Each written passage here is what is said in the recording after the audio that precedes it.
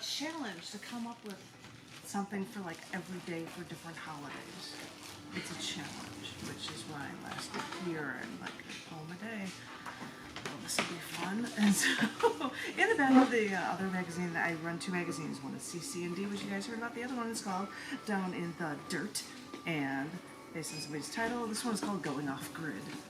And I don't think you can get much more off grid than a house that's just covered in snow and actually filled with snow and caving in on itself in the middle of nowhere.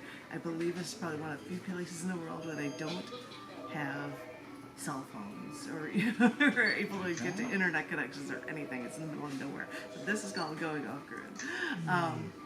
But I'm going to share with you some March poems, and they're all on different themes. So brace yourselves. This first one, the first one is on Alfred Hitchcock Day, which was March 13th. Called Vanishing Psycho in the Rear Window. This was fun to see how many references I could put in for Alfred Hitchcock movies into one poem. Here we go. It's nice leaving the ever since leaving the hospital, everything now comes to like some sort of surreal movie where everything seems so proper, like life exists in black and white. Black and white, cut and dry. They're either too nice to you or else they want to kill you dead.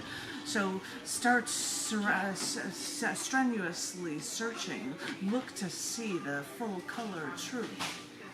Everyone seems cordial to you, almost too nice is all you think. And then you see that they only say half-truths whenever you ask, so know that you can trust no one. The harsh punishment you face mentally from those who claimed to love you now still fills you with more terror and more suspense surrounding you, wondering how everything ends. You stay behind the camera lens. You try to record everything to cover your tracks and stay out of the limelight. You think it works, but they still turn to you nonetheless. So beware your dear old mommy. Stay clear of anyone or anything who may try to do you in. Avoid high places where some may push you to your death, but still, your danger may come from above. Beware the birds circling like en masse daggers above you. Beware of and know that you can be hunted, now being the one who knows too much. Even avoid strangers on a train, because the lady can vanish in a flash and no one will know your malaise and your misery like M is for murder, even in the privacy of your own home. So double lock all of your doors. Hope that you've covered all of your bases. Blinds stay closed. Close the drapes. Put towels under the bathroom door. And just try to relax and take a shower. Oh. I'm like, how many can I put in there? That was crazy. All right, and one more. Because you learned that 3/14 was Albert Einstein's birthday and the day Stephen Hawking passed away, it also was Pi Day, 3.14. And so everybody says Happy Pi Day to you. And no, I don't mean the dessert. I never liked pie. But this is called Value of Pi. Why is the number with far too many decimal places so important anyway? They say the area of the circle of pi r squared is the area of a circle is pi r squared, but the Bible will tell you that must mean that pi is 3. No decimals, just 3, based on the number of cubits to make it around a circle. Actually, a rabbi later argued that the Bible could be correct if in the Bible they measured the inside of a pot instead of the circle versus the outside. That's an ingenious way to be able to solve that problem right there, yeah. Anyway, I know that if the number of decimal places is always that important because back in 1969, the number 3.1416 got man to the moon without all the extra decimal digits. I mean, even in the description of the famed O.J. Simpson trial, you can find arguments between the judge and an FBI agent about the actual value of pi. And speaking of the Simpson trial, to quote Pete Beckman in his 1970 book, A History of Pi, 3 centuries ago, Gottfried Wilhelm Leibniz, co-inventor of the calculus and the co-director of the first infinite series for pi, he dreamt of a day when courts could be abolished because disputes could be settled mathematically by solving impartial equations that could show who was right and who was wrong. Because really, it's a beautiful idea, isn't it? Using mathematics to explain the universe, as physicists have been doing for years, like Albert Einstein, knowing that equation, who bore the number, was actually born on 3.14 in 1879. Apparently, pi is much more of a big deal than you might believe, because you can find pi in measurements in the Greek pyramids, the Great Pyramids of Giza in Egypt. Yeah, the vertical height of the pyramid and the perimeter of the base have the same relationship, the radius of a circle to its circumference.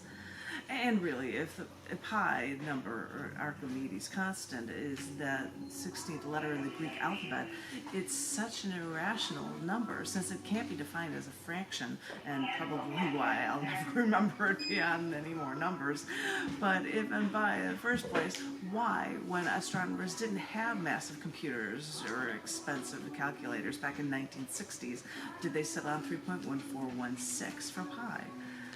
Historically, the number of pi has been used as early as 4000 BC, and each time in history, from Egypt to China to India to Persia, only an approximation was used, because this number of non-repeating, non-ordered numbers to infinity is a number we have all wanted to understand throughout history. I mean, people observed that they could even look for pi when show your own birth date within the number of pi. There is actually a website address that you can go to find your birth date numbers in pi. Blows my mind. Sorry, that's just crazy. That's just crazy. I don't know. To some, maybe pie might just be a tasty dessert treat, but for when it comes to math, everybody, for one reason or another, is fascinated by this infinite series, because really, it amazes us that one specifically weird number with one so transcendental number, it can mean so much to so many people in so many ways throughout the world. I have 2 short ones. I'm going to give you a really weird one before I give you my long one. This is how hard it is to come up with one. Thom might know this one. This one is written on the calendar day that Adolf Hitler signed the Nero Decree. Do you know what the Nero Decree is?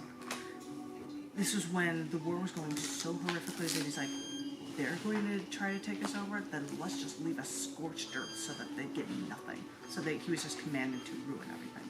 Towards the end of the war? Yeah. That's the Nero Decree. Like, let's just destroy this so they don't even get that. That once he knew that they weren't going to win, they just destroy everything, right? Yep. Yeah. And a lot of his underlings like, we're not going to do that, including like the Notre Dame. We're not going to do that. You know. But anyway, but this was the day that, and this was a tough one to pull off. But here we go. This one's called Zeal was Unbridled. Slaving. I risked my life, and in these struggles I have gained a wisdom and a vision.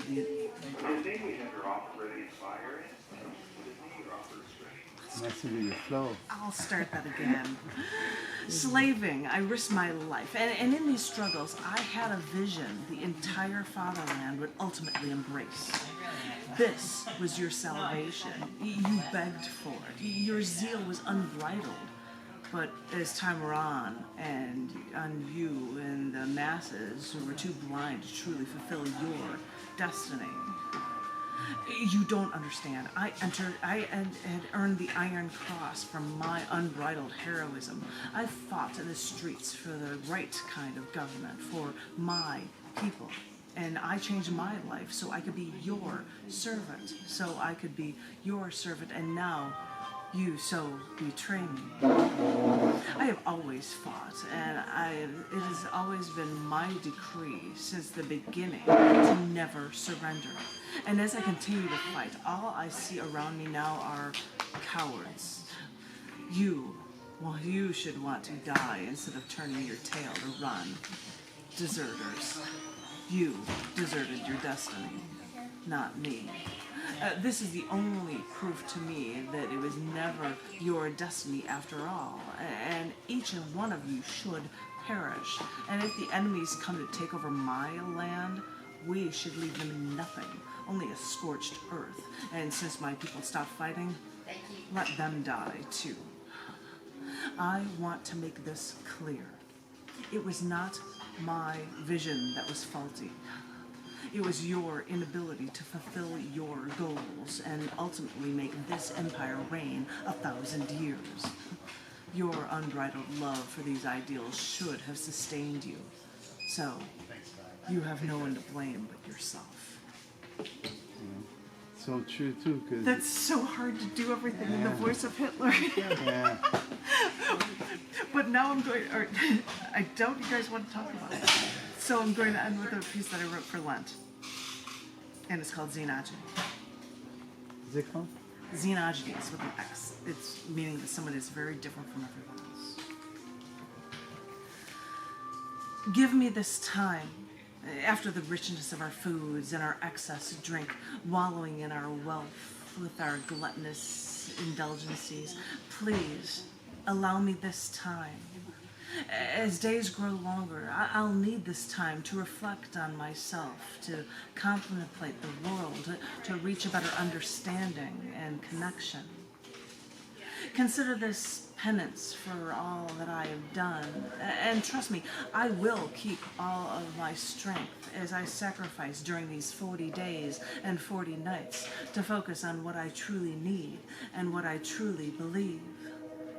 My soul has been too old to die so young. So this is why I need this time to reflect and realize that what more I must do to make this world worth celebrating again. Please, I think you have understood that I am so completely different from those around me and those before me. So let me now have this time so I can piece it all together once and for all. Wait for my return. I believe the reward will be worth the wait. And that proves what the struggle is to do something on every different topic that you come up with things. But this was Down in the Dirt magazine. That's Going your off magazine? grid, indeed. Yeah, I'm the editor of 2 literary magazines. This is the other one. CC&D was the one, and this one's called Down in the Dirt, which is a fun title. It used to be a supplement section of the other one, and now I'm just running both these magazines. And if you want to know anything about them, for Scars Publications, go to scars.tv online, and you can find links to both of these magazines. And be a part of the publishing revolution. What is that, Scars? Scars Publications, Scars, SCARS.tv is the website for it. And there are links for both magazines right on there. What? And Are those sold in stores? they're sold through Amazon. And there are links for online issues. In 2020, they link to their name, and their writing appears as links for, so you can read the things that are in the issues or download or buy issues as well. So. And is it by several different poets? Or is it... Oh, many, yeah. 3 pages of, in this one I get to have a few things in the back, but there's pages of things for other people. Down in the Dirt magazine has a maximum word count of 1,600 words for short stories, so flash fiction, because so many people want to submit to Down in the Dirt because they think it's such a cool sounding name. so but poems are loved in both magazines, and you can find out about it at scars.tv.